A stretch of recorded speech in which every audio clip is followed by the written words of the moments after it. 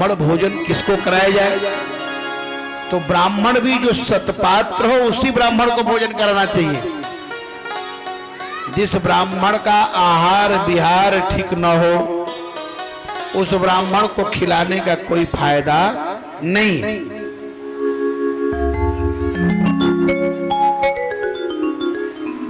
राजा विक्रमादित्य ने पूछा कौन कौन मर जाए तो नहीं रोना चाहिए, बैताल कवि से। राजा विक्रमादित्य से, राजा विक्रमादित्य का नाम आप लोग सुने ना, जो राजा भरथरी के भाई थे। उन्होंने कहा कि मरे बैल गरियार, मरे वह अड़ियल टट्टू, और मरे करक सानार, मरे वह मर्द निखट्टू। वो मर्द मर जाए जिसकी बात का कोई मतलब ही ना। मरे बैल गरियार, मरे वह अड़ियल टट्टू, मरे करक साना, मरे वह मर्द निखट्टू। ब्राह्मण सो मर जाए जो मदिरा हाथ धरावे। वह ब्राह्मण मर जाए तो नहीं रोना चाहिए। कौन? जो शराब धराए, पिए न खाली मैं खाने में लेकर के लोगों को पकड़ाए। लोग कहते हैं हम पीते नहीं, लोगों को पिला देते। का ब्राह्मण सो मर जाए जो मदिरा हाथ धरावे। कहे बैताल विक्रम सुनो, इनके मरे नहीं रोइए। भगवान शंकर गए तो कुंभज जी के पास गए। कुंभज जी बोले हमारे भोजन की एक परंपरा है। क्या? बोले 1 साल पहले निमंत्रण हम लेते हैं और साल में एक ही जजमान क्या खाते हैं, तो अगले साल 2023 में 22 में नहीं। ठीक है। अब शंकर जी की 2 बहुएं हैं, सिद्धि और बुद्धि। सिद्धि बुद्धि सहिताय श्रीमन महागणाधिपतये नमः। अब भोजन बनने लगा। कुंभज जी महाराज आए, पत्तल लगा, आसन लगा। देखिए भोजन करना, बैठना, ये बहुत जीवन की बहुत बड़ी कला है। हम कथा में कैसे आए पहले इसको भी सीखिए आप लोग। कथा में आगे बिल्कुल स्थान खाली नहीं होना चाहिए, और सबसे बाद में आए और आगे बैठने के लिए झगड़ा कर रहे हैं, उससे कथा की मर्यादा नष्ट होती है। कथा में पान खाकर नहीं जाना चाहिए, कथा में भांग खाकर नहीं जाना चाहिए, कथा में फटा कपड़ा पहन करके नहीं जाना चाहिए। जैसे आप रिश्तेदारी में जाते हैं वैसे सज संवर कर जाइए, एक मर्यादा है। कथा में मौन होकर के कथा सुननी चाहिए, और जब कीर्तन हो तो कान खोलकर और हाथ भी खोल लेना चाहिए। अब ये नहीं कि उस समय भी मौन हो जाइए। एक क्लाइंट को वकील साहब सिखाए, जज साहब पूछेंगे तो हर बात में बोलना मैं। तो जज साहब ने पूछा जिस समय हत्या हुई तुम थे? बोले मैं। तुमने कुछ देखा? बोले मैं। ये जज ने कहा ये पागल है क्या जो हर बात में मैं कह रहा है, इसलिए केस को खारिज किया जाए। केस तो जीत गए वकील साहब। अब वकील साहब बोले कि कृपया हमारा फीस निकालो, तो उसको तो मैं बोलने की आदत हो गई थी, तो वकील साहब से बोल दिया मैं। इसलिए ध्यान से सुनिए, मौन रहिए। कथा में बोलने वाले को, मेरी बात सुन लीजिए, कथा में जो भगवान के नाम के सिवाय अगर दूसरी बात बोलता है तो अगले जन्म में गूंगा हो जाता है। कथा में बैठ करके पैर फसारता है तो अजगर हो जाता है। कथा में जूता चप्पल लेकर गायब हो जाता है तो घोड़ा हो जाता है। कथा में आगे पीछे से आकर आगे बैठता है तो अगले जन्म में भगवान जाने क्या होता है। मैं नहीं कुछ कहूंगा। और बूढ़े लोग कुर्सी पर बैठ जाएं, लेकिन जवान लोग यदि कुर्सी पर बैठकर कथा सुनते हैं तो यह भी एक अपराध है। वक्ता के सामने मंच पर और कुर्सी पर नहीं बैठना चाहिए। पूछे क्यों? बोले जब श्रीमद् भगवत गीता का उपदेश भगवान अर्जुन को दे रहे थे तो हनुमान जी ने कहा हम भी सुन लिए हैं। भगवान कृष्ण नाराज हो गए। बोले कथा सुनने के लिए नीचे खड़ा होया जाता है कि ऊपर? तुम मेरे खोपड़ी पर बैठ करके गीता सुन लिया? जाओ मैं तुम्हें साफ दे रहा हूं, पिशाच हो जाओ। तो हनुमान जी पिशाच हो गए। तब हनुमान जी महाराज ने पिशाच होकर के गीता पर भाष्य लिखा जिसका नाम है पैशाच भाष्य। कथा की एक मर्यादा है। कथा में अब आधी कथा हो जाती है तब श्रोता सोचते हैं अब चलो अब आधा खत्म हो गया। हम लोग बचपन में सत्यनारायण भगवान की कथा होती थी अगल बगल में, और हम लोगों के यहाँ भी होती थी अक्सर। तो जब एक अध्याय, दूसरा अध्याय, तीसरा हो रहा है, चौथा हुआ, तैयार हो जाओ क्योंकि 5वां शंख बजेगी, प्रसादी बटेगी। कथा में आगे जाना चाहिए, कथा में जूता चप्पल निकाल कर बैठना चाहिए, और भाषण में पीछे बैठना चाहिए और जूता चप्पल पहन कर बैठना चाहिए।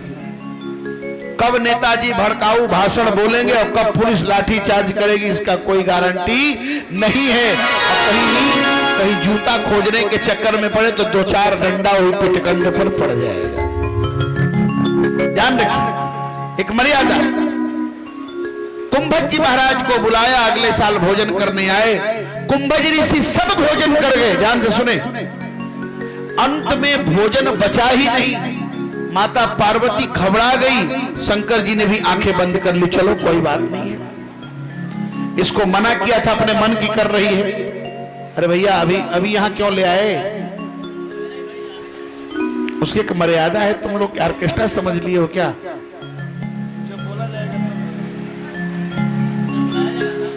वो तो ऐसे ही हो गया कि एक माइक बजाने वाला गया तो सिंदूरदान हो रहा था, तो लोगों ने कहा लाउड स्पीकर बजाओ।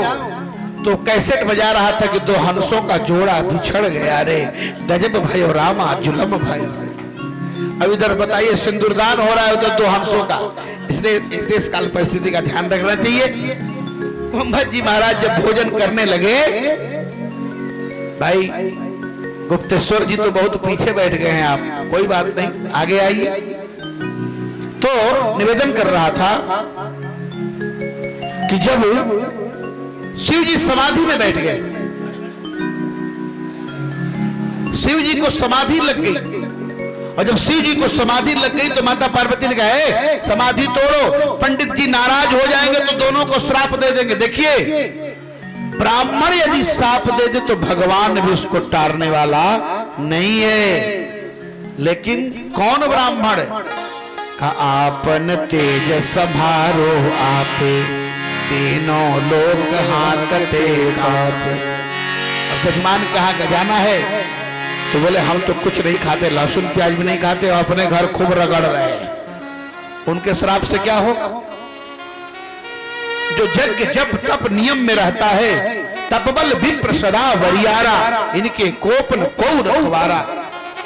माता पार्वती डर गई, शंकर जी से कहने लगी। शिव जी ने कहा मैं मना किया था ना कि ब्राह्मण भोजन मत कराओ। ये ब्राह्मण नाराज होंगे तो श्राप भी देंगे, भोजन भी करेंगे, दोनों खतरे में हम लोग हैं, क्या करें?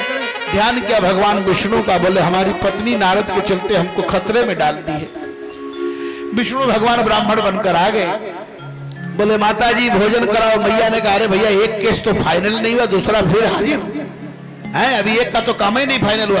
बोले माता जी कई महीने कई दिन हो गए बिना भोजन के, अगर भोजन नहीं दोगी तो तुम्हारे दरवाजे पर ही गिरकर मर जाएंगे। मैया सोची हे भगवान की दुआरी पर ही मर जाएगा तो बड़का बरम बाबा बनेगा।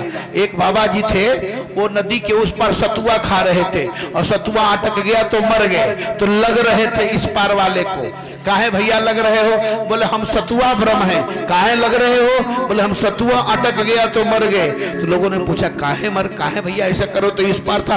बोले हम उस पार सतुआ खा रहे तो हमको रोका क्यों नहीं? बोले अरे बाबा बैठ जाओ, 2-4 पूड़ी खाएं। बोले हमको बमन हो रहा है, पेट खराब हो गया, अब लगता है कि वोमिटिंग हो जाएगी। कुंभज जी ने कहा है ब्राह्मणों के पात्र की एक मर्यादा होती है, जब आए तब बैठ गए वो नहीं होता। एक बार आए तो एक साथ बैठते हैं, और बीच में आकर तुम बैठ गए और बोल रहे हो कि 2-4 पूड़ी खाए, जानते हो कि नहीं? और जो वही जानते हो कह करके क्रोधित हुए, भगवान विष्णु प्रकट हो गए। बोले अरे प्रभु आप यहां कैसे आ गए? बोले इसलिए आ गए जो आपकी करनी है, इसलिए आ गया। बोले प्रभु अब भोजन तो नहीं करेंगे? कुंभज जी ने भोजन बंद कर दिया। बोले अब हमको जल पिला दो। माता पार्वती ने कहा निमंत्रण कार्ड पढ़े थे कि नहीं? उसमें क्या लिखा था? आप भोजन के लिए सादर आमंत्रित हैं, पानी का नाम लिया गया था, इसलिए कृपया भोजन करके जाइए। विष्णु भगवान ने कहा पार्वती ने भोजन किया कराया तो पानी मैं पिलाऊंगा, लेकिन सतयुग में नहीं। बोले कब? का जब जदुवंश कृष्ण अवतारा। देवराज इंद्र को नारद जी ने सूचना दी।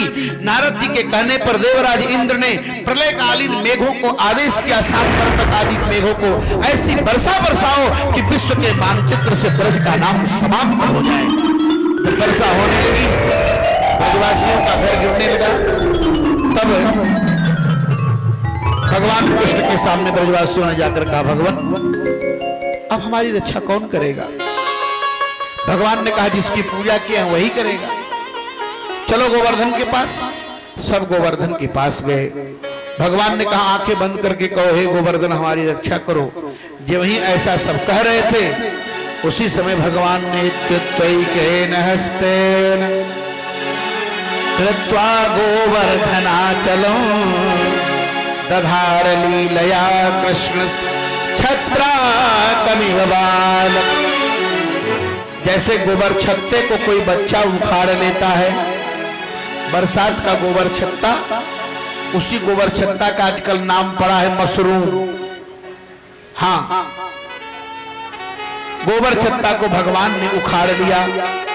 अब ब्रजवासी उसी में जाकर के ये गोवर्धन को उखाड़ लिया, उसी में जाकर ब्रजवासी सब चले गए। भगवान ने अपने हाथ पर रख लिया। भागवत में नहीं लिखा है कि दाहिने हाथ पर रखा कि बाएं हाथ पर रखा, लेकिन एक हाथ से उठाया। कुछ लोग कहते हैं कानी अंगुली से उठाया, अन्य पुराणों में कथाएं हैं। ब्रजवासी बोले अरे बाप रे, ये तो देखने में छोटा है, बड़ा मोटा, बड़ा मजबूत है। बोले तुम लोग क्या जानते हो? कछु माखन को बल बढ़े, कछु गोपन करी सहाय, राधा जो की कृपा से गिरिवर लियो उठा। अरे खा पी करके बड़ा मजबूत है। भगवान कृष्ण सामान्य भोजन नहीं करते थे। 10 लाख गायों का दूध 1 लाख गायों को पिलाया जाता था। 1 लाख गायों का दूध 10,000 गायों को पिलाया जाता था। 10,000 गायों का दूध 1,000 गायों को पिलाया जाता था। 1,000 गायों का दूध 100 गायों को, 100 गायों का दूध 10 गायों को, 10 गायों का दूध पद्मगंधा, हेमगंधा, मालती गंधा और स्वर्णगंधा नाम की 4 गाय थी नंद जी के यहाँ। उन्हीं गायों का दूध, उन्हीं गायों का माखन, उन्हीं गायों का दही भगवान खाते थे। ये खाने का विज्ञान है। जब भगवान ने उठा लिया तो बोले नख पर धार लियो गिरिराज नाम गिरिधारी, नख पर धार लियो गिरिराज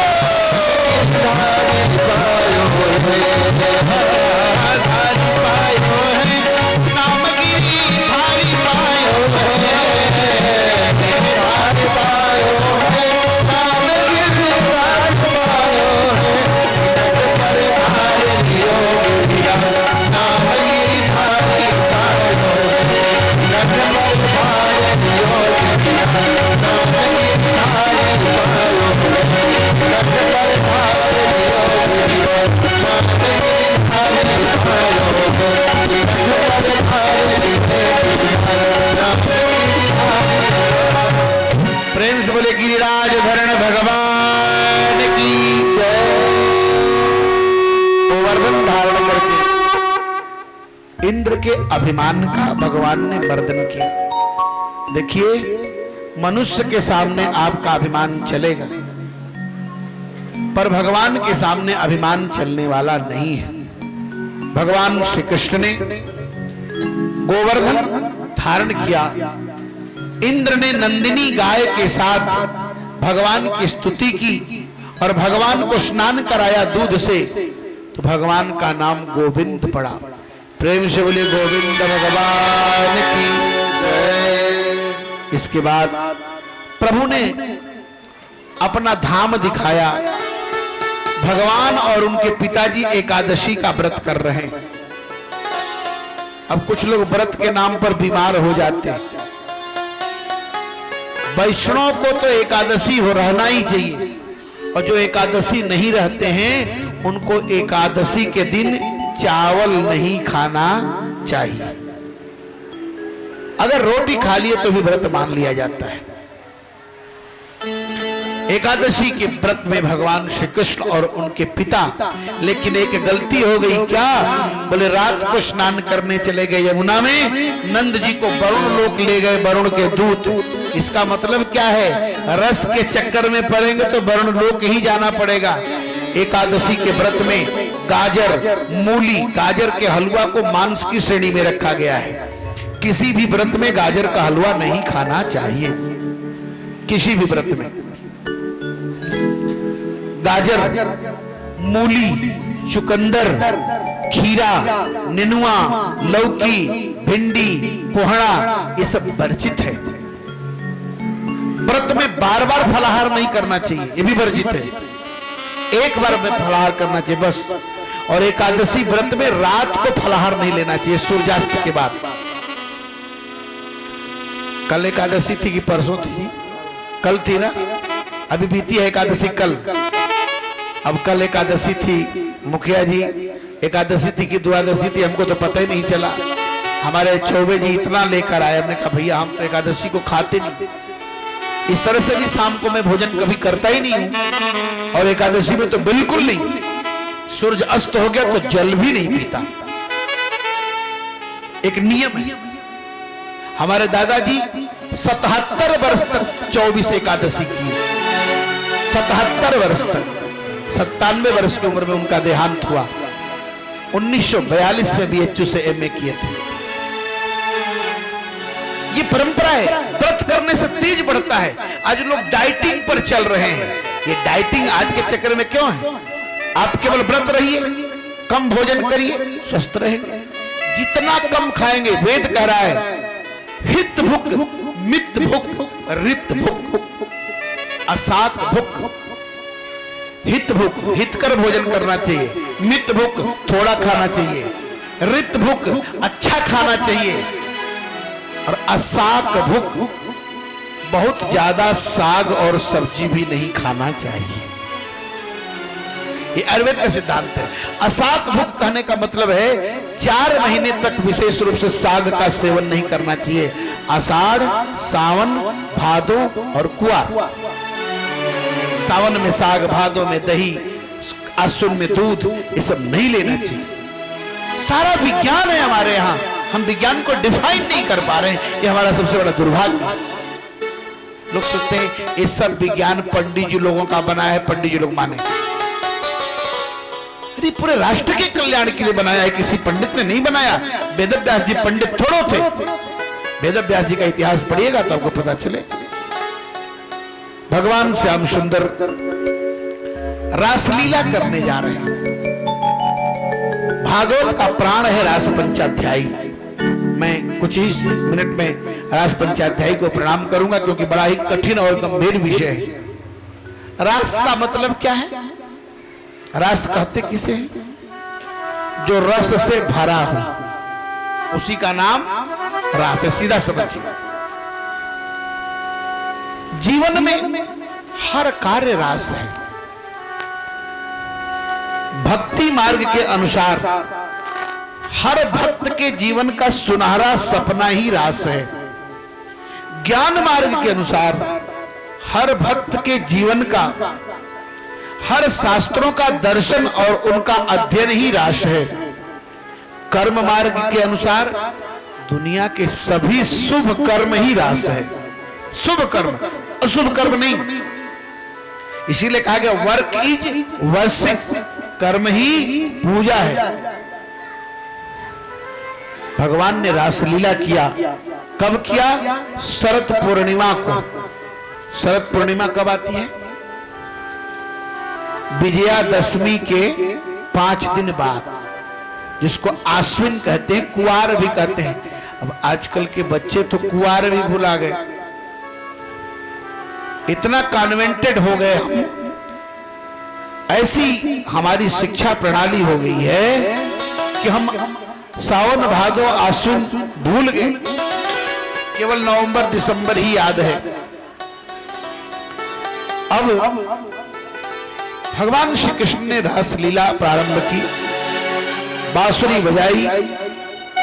जब बांसुरी बजी, गोपियां दौड़ी हुई आई, और जब गोपियां दौड़ी हुई आई तो भगवान कृष्ण ने कहा कि स्वागतम वो महाभाग प्रियम किम करवाणि वह ब्रजस्यानामयं कच्चित् ब्रूतागमन कारणम रजन्ये सा घोर रूपा घोर सत्व निषेविता। हे गोपियों, इतनी रात को क्यों आई हो? गोपियों ने कहा आपने बांसुरी बजाई, हम आ गए। गोपियां दौड़ी हुई आधी रात को जंगल में आ गई, वृंदावन में। बक्सर वाले मामा जी लिख रहे हैं,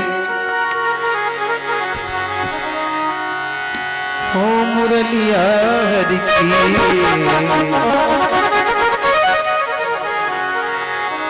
मुरलिया हरि की वृंदावन में धूम मचाए। मुरलिया हरि की वृंदावन में धूम मचाए। मुरलिया हरि की वृंदावन में धूम मचाए। वृंदावन में बधी बांसुरी तीन भुवन में खाई। वृंदावन में बधी बांसुरी तीन भुवन में छाई। मेरी नारद जी दौड़े, मेरी नारद जी दौड़े, शिव समाधि बिसराई रे पुरलिया रे।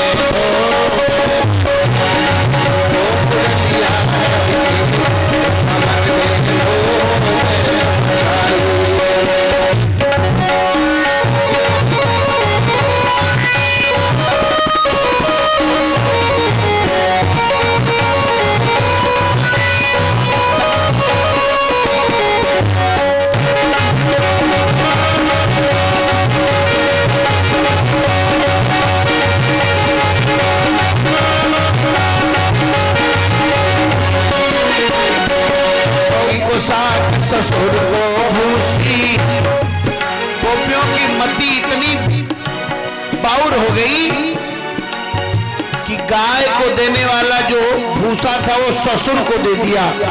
गाय को साथ ससुर को भूसी ऐसी मत धीरे मिलो दाल में शक्कर माखन में मिर्चाई खीर मिलो दाल में शक्कर माखन में मिर्चाई अरे गऊ को सास ससुर को भूसी गऊ को सास ससुर को भूसी ऐसी मत गौराई रे बुढ़िया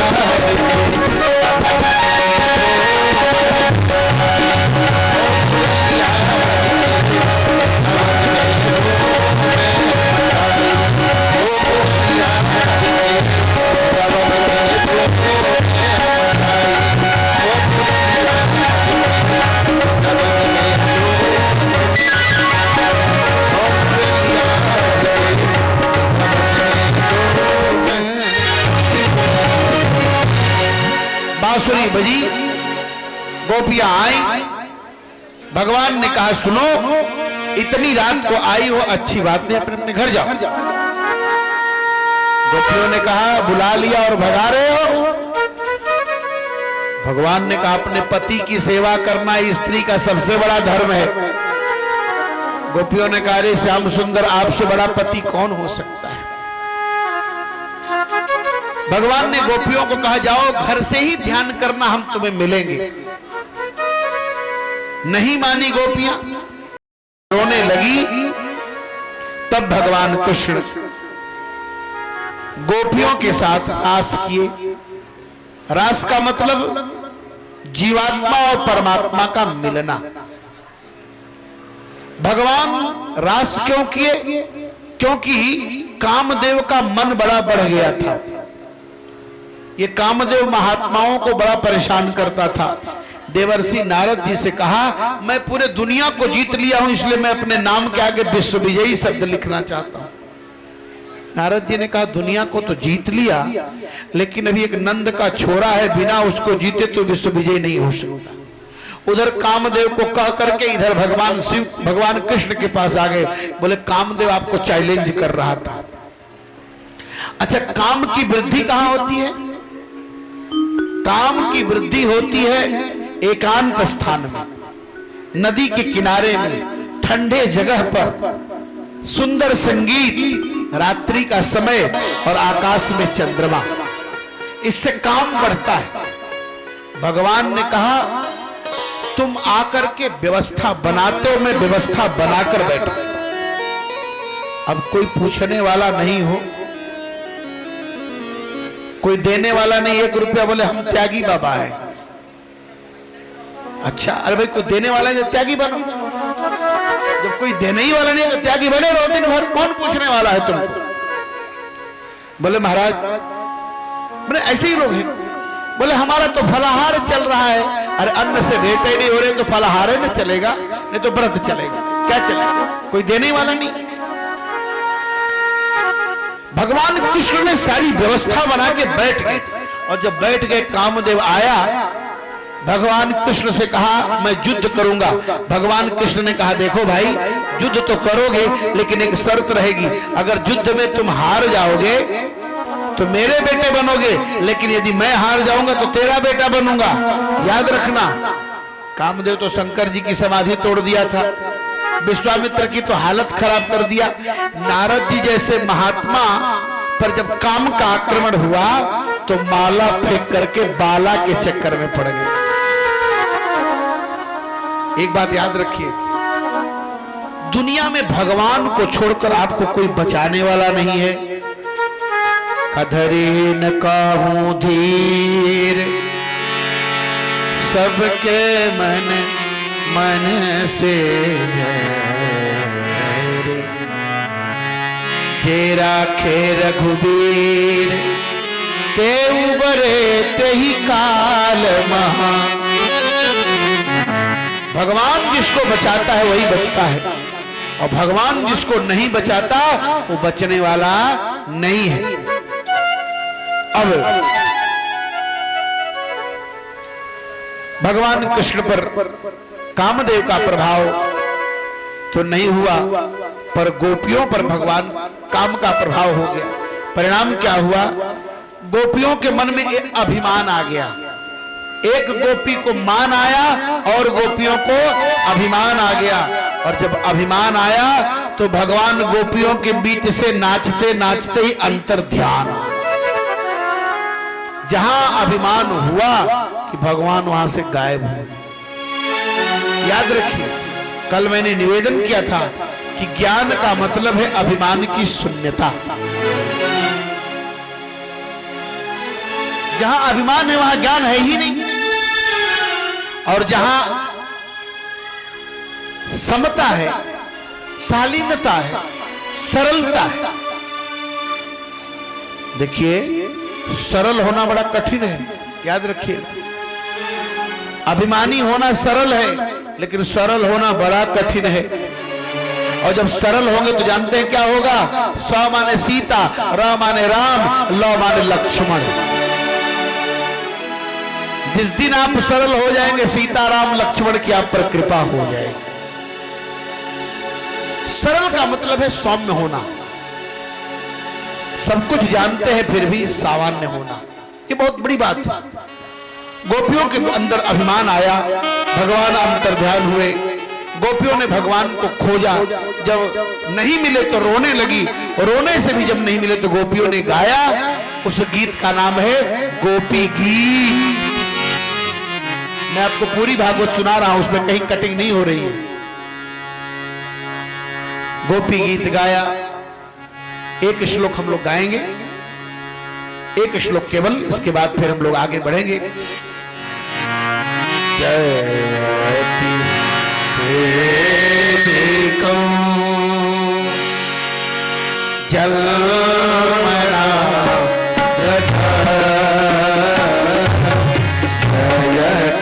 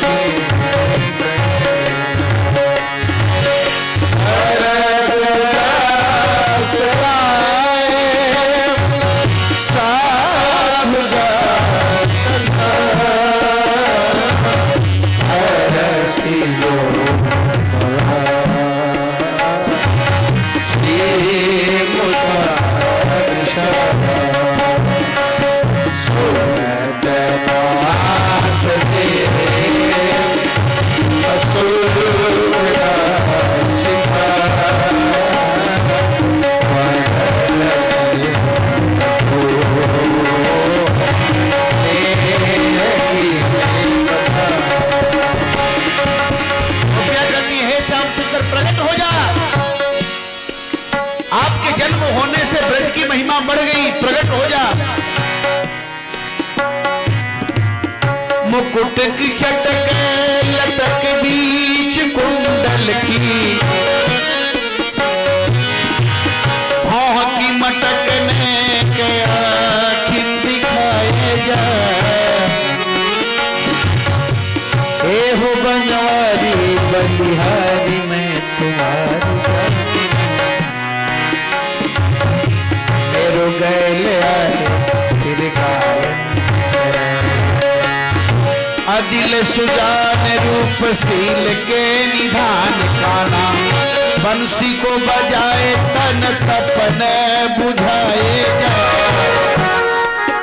नंद के किशोर चित चोर मोर पंखवारे, बंसी वाले सांवरे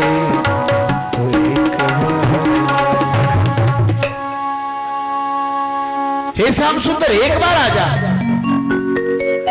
तो गोपियों ने रोया तब नहीं भगवान आए, चिल्लाया तब भगवान नहीं आए।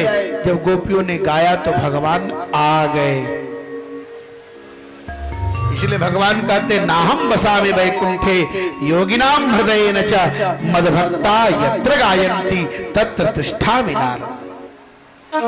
भगवान आए, गोपियों ने कहा हम बोलेंगे नहीं। क्यों? बहुत तड़पाए हो।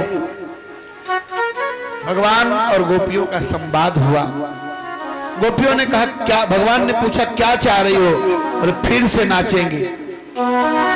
अब जो नाच होगा इसका नाम है महारास। गोस्वामी जी कहते जाने बिनु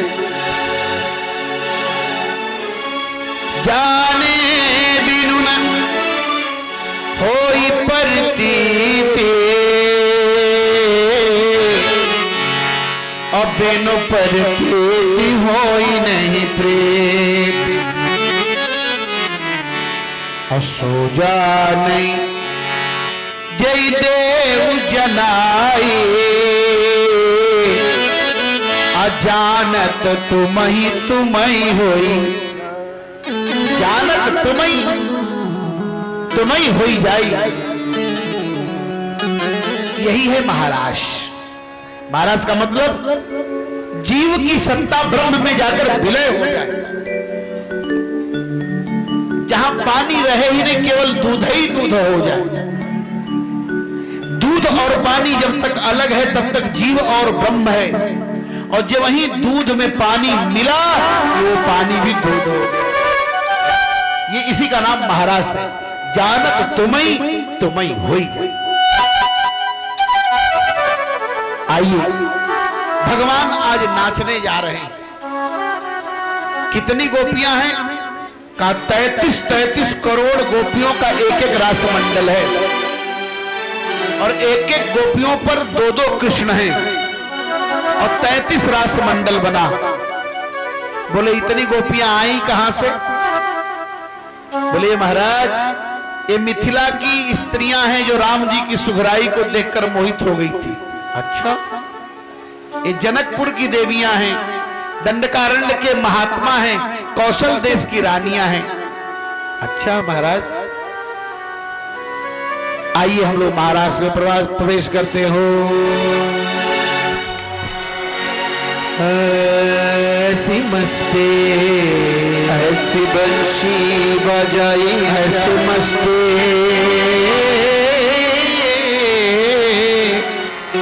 ऐसे बंसी। सबको भगवान ने हाथ दिया है ना? अच्छा, किसको किसको भगवान ने हाथ नहीं दिया? जरा हाथ उठाइए। इतने लोगों को भगवान हाथ नहीं दिया है?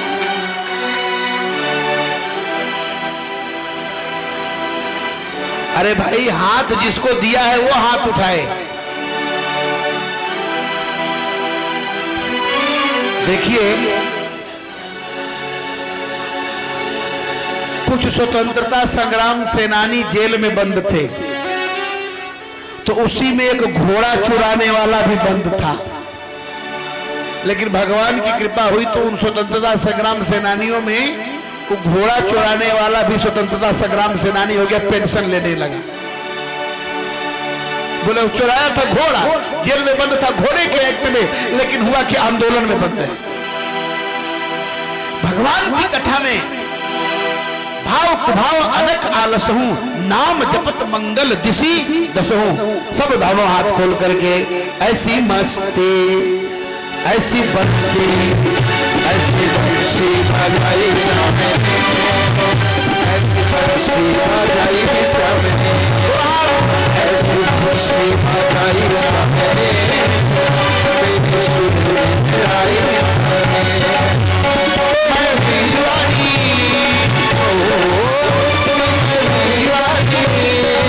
मस्तानी, ऐसी बंसी बजाई सामने,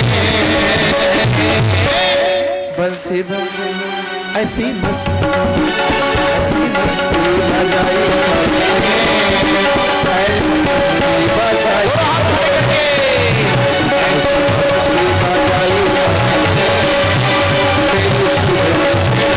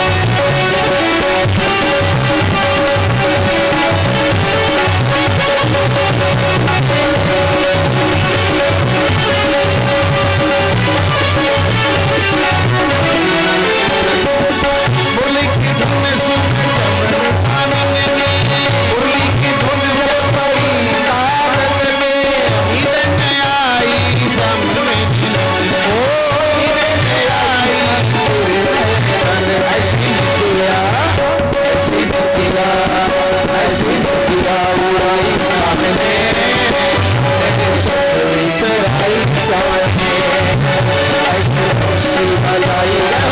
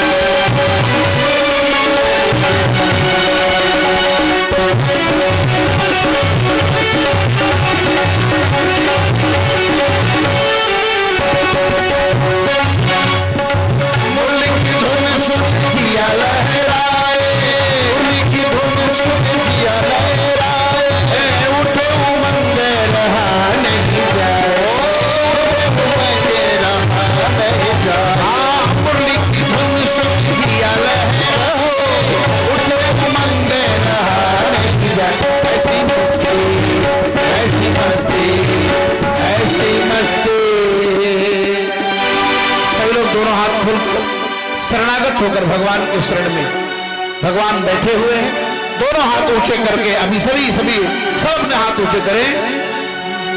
ऐसी मस्ती अरे मुझे मत दिखाओ, ऐसी मस्ती चढ़ाई सामने मेरे सुबह से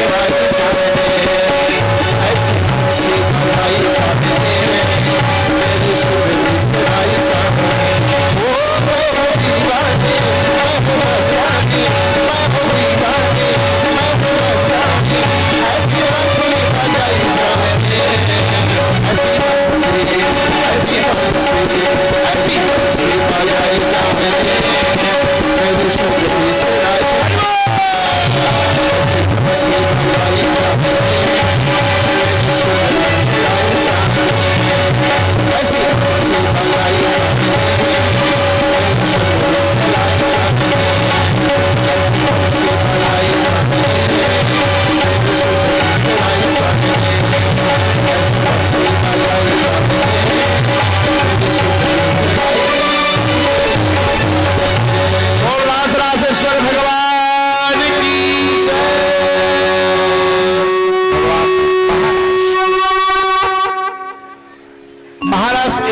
एक महीने, 2 महीने, 1-2 वर्ष का नहीं हुआ। बोले कितने दिन का हो? बोले 1 कल्प तक हुआ। 1 कल्प का मतलब जब चारों युग 74 बार आते हैं, 71 बार आते हैं तो 1 मनु का अंतर होता है। ऐसे जब 14 मनु बीतते हैं तो 1 कल्प होता है। इतने वर्षों तक भगवान नाचते रहे, नचाते रहे। अंत में गोपियों को भगवान ने विदा किया। सुखदेव जी कहते हैं राजन, भगवान कृष्ण ही रास कर सकते हैं, दूसरा करे तो नरक में चला जाएगा। भगवान की वाणी पर विश्वास करो, भगवान के कार्य को मत करो। क्यों? भगवान शंकर, अच्छा गांजा पीने वाले कहते हैं शंकर जी की बूटी है, आओ भाई थोड़ा बूटी ले लेते हैं, अच्छी बात है, बूटी कोई बुरी बात नहीं, बूटी की समझ के ले लीजिए। लेकिन शंकर जी केवल गांजा ही नहीं पीते थे, भांगे नहीं खाते थे।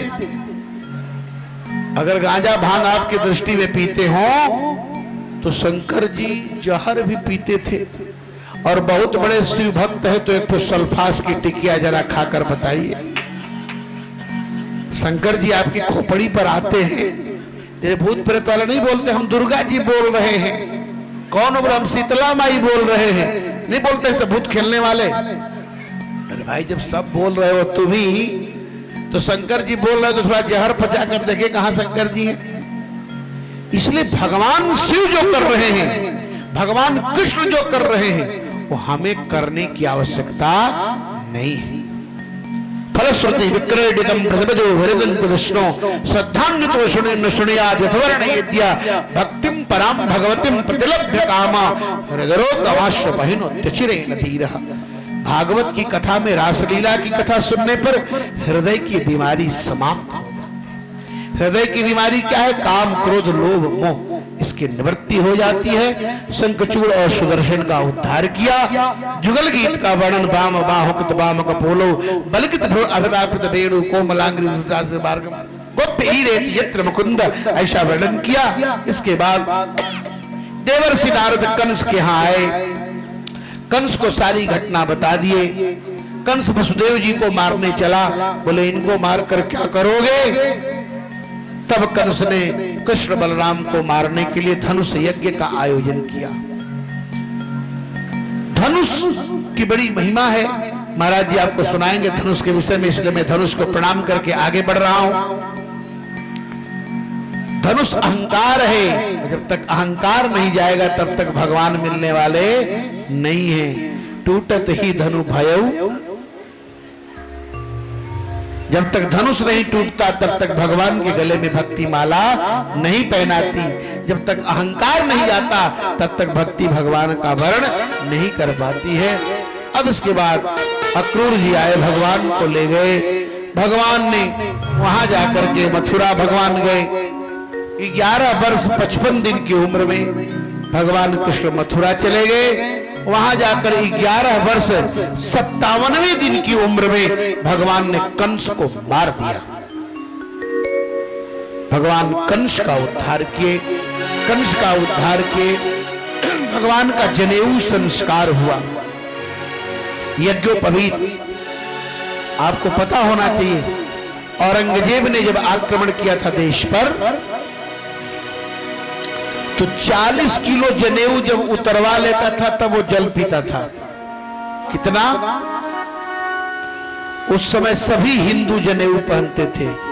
और आज तो आप लोग नाराज न हो कि पंडित जी लोग खुद जनेऊ नहीं पहन रहे तो दूसरे को क्या कहा।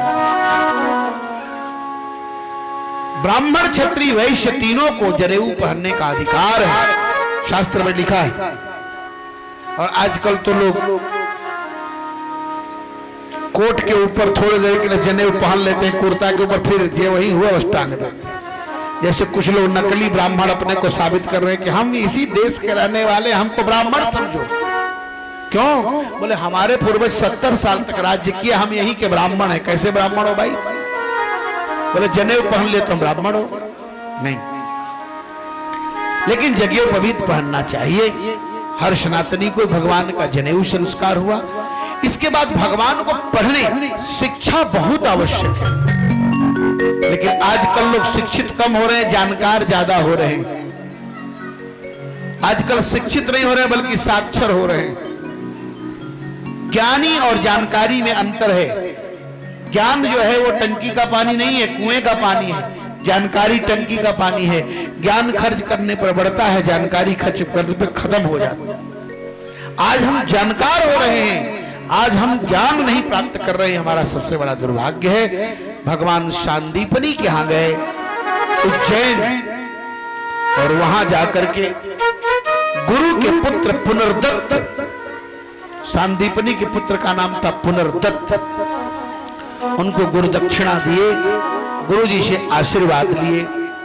आए, उनको याद आ गई एक दिन मैया यशोदा, मैया यशोदा और नंद की याद आई। जब उनकी थाली में थोड़ा सा माखन रखा हुआ था, मां की याद आई। उद्धव जी को भेजा। उद्धव जी गए गोपियों को उपदेश देने, और जब गोपियों को देखे तो गोपियों के ही चेले बन गए। गोपियों के अंदर जो भाव था महाराज, वो किसी के पास भाव नहीं था। गोपियों को उद्धव ने प्रणाम किया और कहने लगे, आसाम हो चरण रेणु जुषामहं श्याम वृंदावने किमपि गुल्मलतौषधि। हे भगवान, अरे वृंदावन का मुझे एक बवर बना देना, एक लता बना देना, एक औषधि बना देना, क्योंकि गोपियों की धूल उड़ करके मेरे ऊपर जाएगी। वंदे नंद प्रजस्त्रीणाम पादरेणुमवीक्षणशः यासां हरिकथोद्गीतं पुनाति भुवनत्रयम्।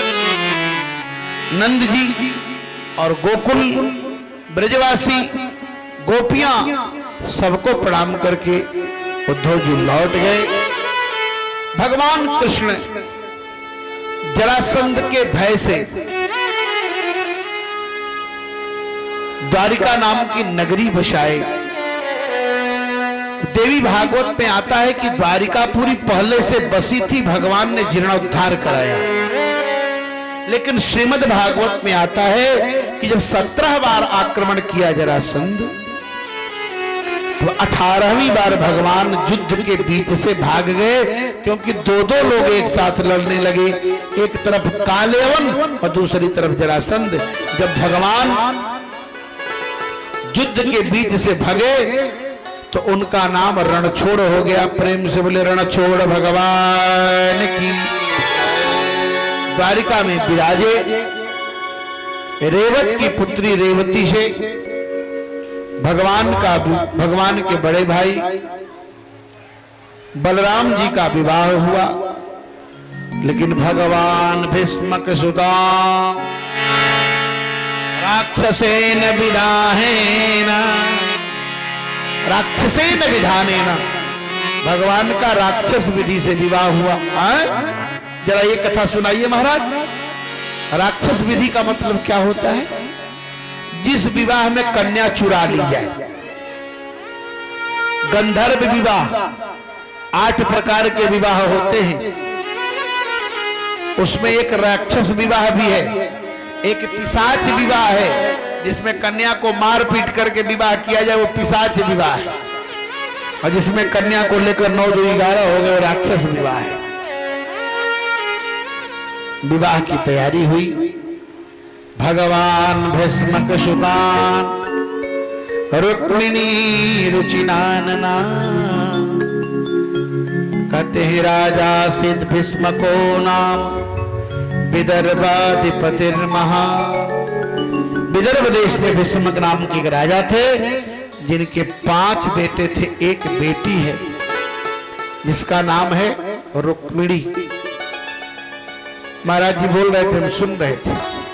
बच्चा होता है, फोन नहीं आया, सुन रहे थे। एक भोजपुरी के कवि ने लिखा है कि अगिया दहेज के